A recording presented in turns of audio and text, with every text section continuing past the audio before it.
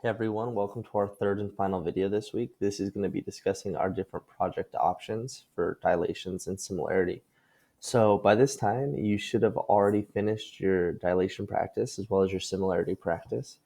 You should have watched the two previous videos as well as you should have played around on GeoGebra, the one where you just change the scale factor and you get to see different triangles move and what that looks like when the scale factor is small or large, what happens there. So a couple clarification points. This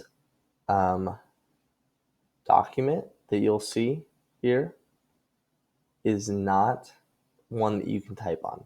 This is a view-only document. That means that you're not going to be able to type on this. So when you get to it and you try to type your name, you can't type it here.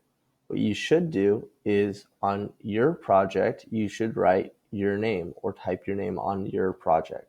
So if you want to copy this document, you can go to File, make a copy, and that will make a copy of this document and it will save it directly into your drive. So you're more than welcome to copy this document and save it into your drive and then upload that from your drive to Google Classroom. That's totally fine. But again, you're not going to be typing on this. Also, all of the videos have public sharing access. That means anyone can view the videos that I've made. So everyone should be able to view the videos. If it's not working, try clicking it again, refreshing it. Make sure you're signed in. Maybe you just aren't signed in YouTube, or Google isn't just letting you watch it just because you haven't signed in. But as long as you're signed in, as long as you have the link, you should be able to watch all of these videos. So much like last week, we have different options for you to choose for a project for this week. So this week, though, there's only 3 options instead of 4. You only need to choose one of them. So again, you just need one option. It doesn't matter which one you choose. I saw some great projects last week. This week, if you got feedback from me, good job. If you didn't, or if you got feedback like be more creative or try a little harder, be more creative. These projects aren't necessarily hard, but they should be very complete, meaning like it should take you more than 2 minutes to do it. So first thing you need your name on your project or somewhere where I know it's you, my name, and then the project that you chose. So project option number 1, and you can submit these by taking a video or a picture of your project, or if you do your project on Google Slides, Google Document, whatever you use, you can upload those directly. Some of you that did children's books did Google Slides, and they actually turned out really well. Make sure they still need pictures, though. We'll talk about that in a sec. So project option number 1.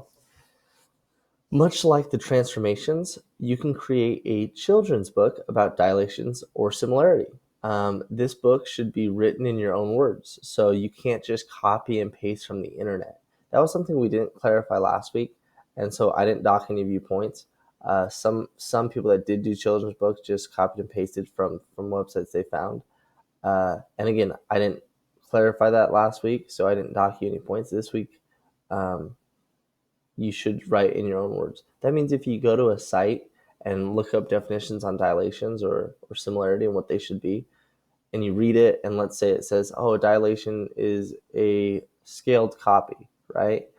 So how can I re-say that in my own words? Maybe you say, oh, well, when you dilate something, it changes the size of it, right? Either bigger or smaller. Now that's your own words. So make things your own words as you write it. This should be written so a 4th or a 5th grader could understand it. So again, if you're just copying pasting from the internet, a 4th grader probably isn't going to understand what you're writing. Write it in words where a 4th or 5th grader could understand it. Again, this is a children's book. Remember, children's books always have pictures, so you need to include pictures in your book. And the book should be at least 5 pages, including pictures. So that means it should be at least 5 slides if you use Google Slides as well. So that's option number 1. That's creating a children's book about dilations and or similarity. So you can include both of those if you need more pages. The next one, find 3 to 5 dilations in the real world. So inside your house, right outside your house, in my apartment, I'm in here and I can look around and I can see a couple different dilations. I have a couple pillows on my couch that they're different sizes, but they all are dilations of each other. So find 3 to 5 different dilations in the real world. Take a picture of each, and I'll include dilations and similarity. Take a picture of each and write a brief description about the dilation. Now, let's talk about what these descriptions should have. Descriptions should be written in complete sentences, so no one word things, complete sentences. They should use mathematical language. So when you're talking about dilations, talk about things like scale factor, center of dilation, things like that. Now, you don't need to be super specific with a lot of these real world ones, but you still need to use mathematical language. And finally, the description should be at least 3 sentences long. That really isn't that hard if you sit and think about it. So total, let's say you chose 3 real world things, that's only 9 sentences, right? But those should be complete sentences and they should be using mathematical language. You could upload your pictures and upload everything into a Google document or a Google slide again, and you could upload it from there, or you could just do it from directly into Google Classroom with images. So either one's fine. And then our final third option is creating a work of art using mural grid method or mural grid method. So this one's more artistic and kind of fun. So here's how this works. These are links. See this sheet for more information. So if I click this link, it'll take me to this sheet. This sheet is going to have more information on what that means, that mural art means. And it's going to have a lot of information if you choose to do this. So it tells you what you'll need. It tells you how to do it. This one's a fun option, and this one's one that I would love to see a lot of you or some of you try and see what you guys can come up with. So that has that information. There's also a video that you can watch about it. Again, this video is on YouTube. As long as you have access to YouTube, you should be able to watch it. So you can just click that, open it, and it'll take you to that link. Again, when you get to this page, you won't be able to write on it, but you can still click on the links. Now, a couple key points about this, the mural art. It should be a large drawing, so it should be at least a full sheet of paper at least. It should be colored, and when it's turned in, include both the original image and the drawing you did.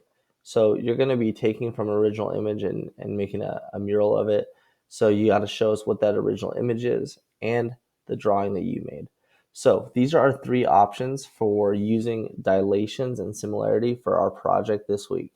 If you have any questions about these options, send me a comment, send me an email, give me a call, join me in my Google Meets in the morning, whatever one works best for you.